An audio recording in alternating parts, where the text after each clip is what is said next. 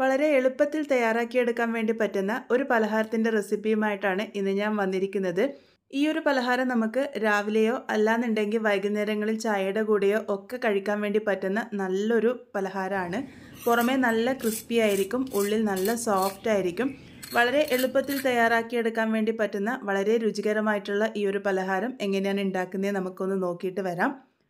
അതിനായിട്ട് ഞാനിവിടെ ഒരു ബൗളിലേക്ക് ആദ്യം തന്നെ 1/2 കപ്പ് അളവ് ഗോതമ്പ് പൊടിയാണ് ചേർത്ത് കൊടുക്കുന്നത്. ഇതിൻ്റെ കൂടെ നമ്മൾ ചേർക്കാൻ വേണ്ടി പോകുന്നത് 1/2 കപ്പ് അളവ് റവയാണ്. റവ കൂടെ വരുമ്പോഴാണ് ഈ ഒരു പലഹാരത്തിന് നല്ലൊരു സോഫ്റ്റ്നെസ് വരുന്നത്. ഇതിൻ്റെ കൂടെ നമ്മളൊരു 1/4 കപ്പ് അളവ് കടലപ്പൊടി കൂടെ ചേർത്ത് കൊടുക്കുന്നുണ്ട്. എല്ലാം കൂടെ ചേർന്ന് വരുമ്പോൾ ഒരു പ്രത്യേക രുചിയാണ്. ഇനി ഇതിലേക്ക് ഒരു മീഡിയം സൈസ് ഉള്ളി നല്ല കനം കുറച്ച് അരിഞ്ഞതാണ് ചേർത്ത് കൊടുക്കാൻ വേണ്ടി പോകുന്നത്. ഇതുപോലെ കനം കുറച്ച് തന്നെ അരിയാൻ വേണ്ടി ശ്രദ്ധിക്കുക കേട്ടോ. ഇതിൻ്റെ കൂടെ ഞാനിപ്പോൾ ചേർത്ത് കൊടുത്തിരിക്കുന്നത് ഒരു ചെറിയ കഷ്ണം ക്യാപ്സിക്കം ചെറുതായിട്ട് അരിഞ്ഞതാണ്. ഏകദേശം ഒരു 3 ടേബിൾ സ്പൂണുകളൊക്കെ വരും. അതുപോലെ തന്നെ ഒരു മീഡിയം സൈസ് ക്യാരറ്റ് നല്ല ഫൈനായിട്ട് ഗ്രേറ്റ് ചെയ്തിട്ടാണ് നമ്മൾ ചേർത്ത് കൊടുക്കുന്നത്.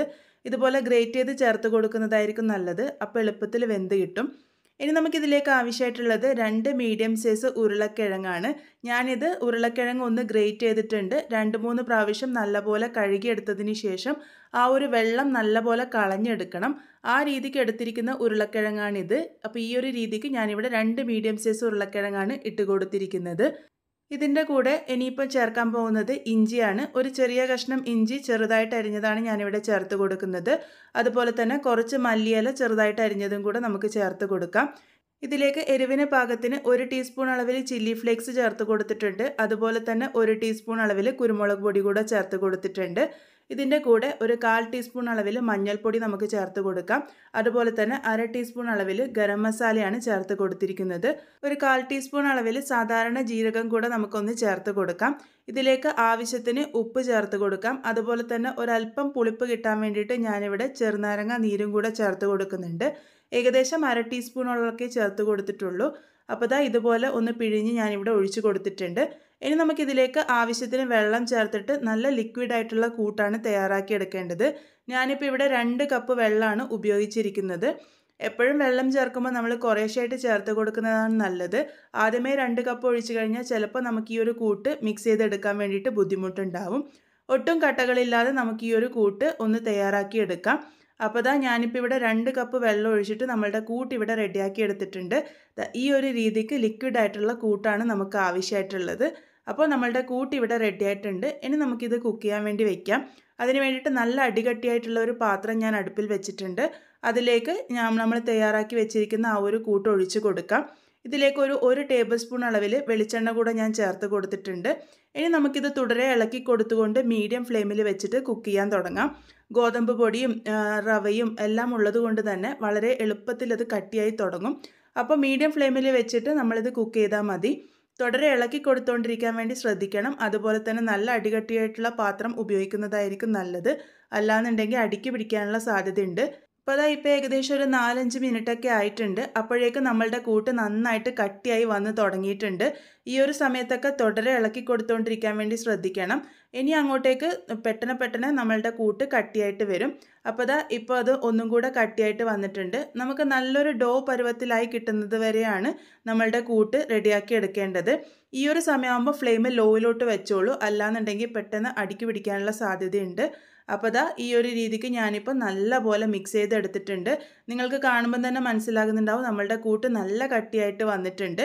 ഇതിപ്പോൾ ഏകദേശം നമ്മളുടെ ആ ഒരു ചപ്പാത്തി കൂട്ടൊക്കെ പോലെ ആയി വന്നിട്ടുണ്ട്. ഈ ഒരു സമയത്തൊക്കെ ലോ ഫ്ലെയിമിൽ വെച്ചോളൂ. നമ്മളുടെ ഇത് റെഡി ആയിട്ടുണ്ട്.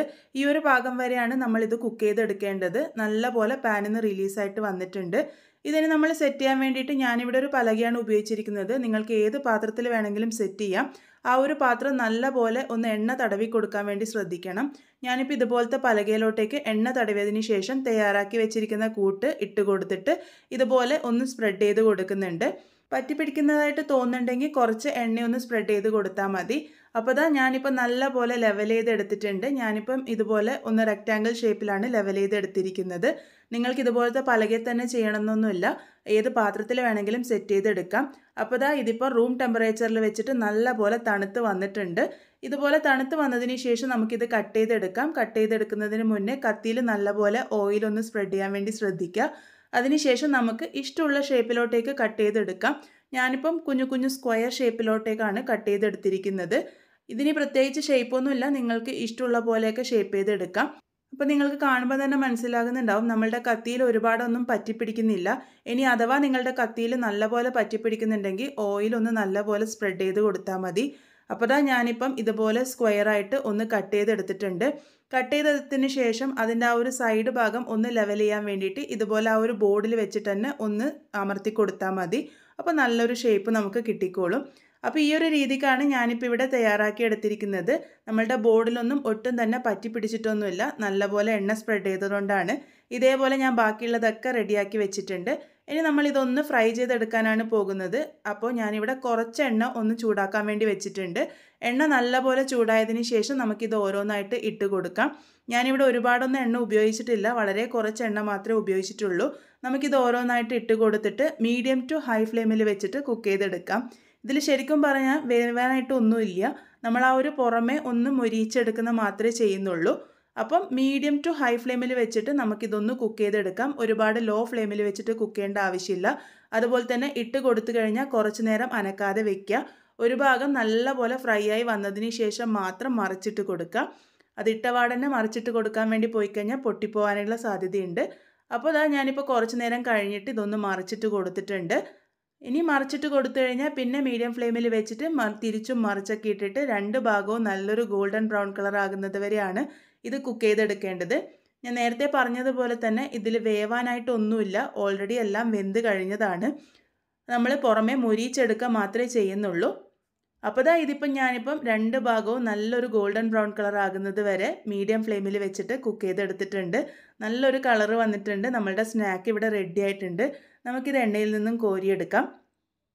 അപ്പോൾ വളരെ ടേസ്റ്റി ആയിട്ടുള്ള നമ്മളുടെ സ്നാക്ക് ഇവിടെ റെഡി ആയിട്ടുണ്ട്. ഞാനിപ്പോൾ ഇത് എണ്ണയിൽ നിന്നും കോരിയെടുത്തിട്ടുണ്ട്. നല്ല ക്രിസ്പി ആയിട്ടാണ് നമ്മളുടെ പലഹാരം ഇരിക്കുന്നത്. നിങ്ങൾക്ക് ആ ഒരു സൗണ്ട് കേൾക്കുമ്പോൾ മനസ്സിലാകുന്നുണ്ടാകും.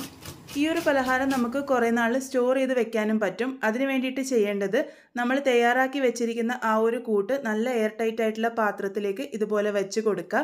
പാത്രത്തിൽ വെച്ച് കൊടുത്തതിന് ശേഷം ഫ്രിഡ്ജിൽ സൂക്ഷിക്കുകയാണെങ്കിൽ ഒരു 4 മുതൽ 5 ദിവസത്തേക്ക് നമുക്ക് സൂക്ഷിക്കാൻ വേണ്ടി പറ്റും. അല്ല ഒരാഴ്ചയിൽ കൂടുതൽ നിങ്ങൾ സ്റ്റോർ ചെയ്യുന്നുണ്ടെങ്കിൽ ഫ്രീസറിൽ വെച്ചാൽ മതി. അപ്പോൾ ഫ്രീസറിൽ വെച്ചതിന് ശേഷം ഇഷ്ടമുള്ള സമയത്ത് നമുക്കത് എടുത്തിട്ട് ഫ്രൈ ചെയ്തെടുക്കാവുന്നതേ ഉള്ളൂ. അപ്പോൾ വളരെ ടേസ്റ്റി ആയിട്ടുള്ള നമ്മളുടെ പലഹാരം ഇവിടെ റെഡി ആയിട്ടുണ്ട്. ഇത് നിങ്ങൾക്ക് രാവിലെ ബ്രേക്ക്ഫാസ്റ്റ് ആയിട്ടോ അല്ലാന്നുണ്ടെങ്കിൽ കുട്ടികളുടെ സ്നാക്സ് ബോക്സിലോ ഒക്കെ കൊടുത്തു വിടാൻ പറ്റിയതാണ്. ഒരുപാട് വെജിറ്റബിൾസ് ഒക്കെ ഉള്ളത് കൊണ്ട് തന്നെ വളരെ ഹെൽത്തിയുമാണ്. ഒരുപാട് എണ്ണയൊന്നും കുടിക്കുകയില്ല. അപ്പോൾ വളരെ ടേസ്റ്റി ആയിട്ടുള്ള നല്ല മൊരിഞ്ഞ നമ്മളുടെ പലഹാരം എല്ലാവരും ട്രൈ ചെയ്ത് നോക്കുക. ഫീഡ്ബാക്ക്സ് പറയാൻ മറക്കരുത്. വീണ്ടും ഒരു നല്ല റെസിപ്പിയുമായി വളരെ പെട്ടെന്ന് തന്നെ കാണാം.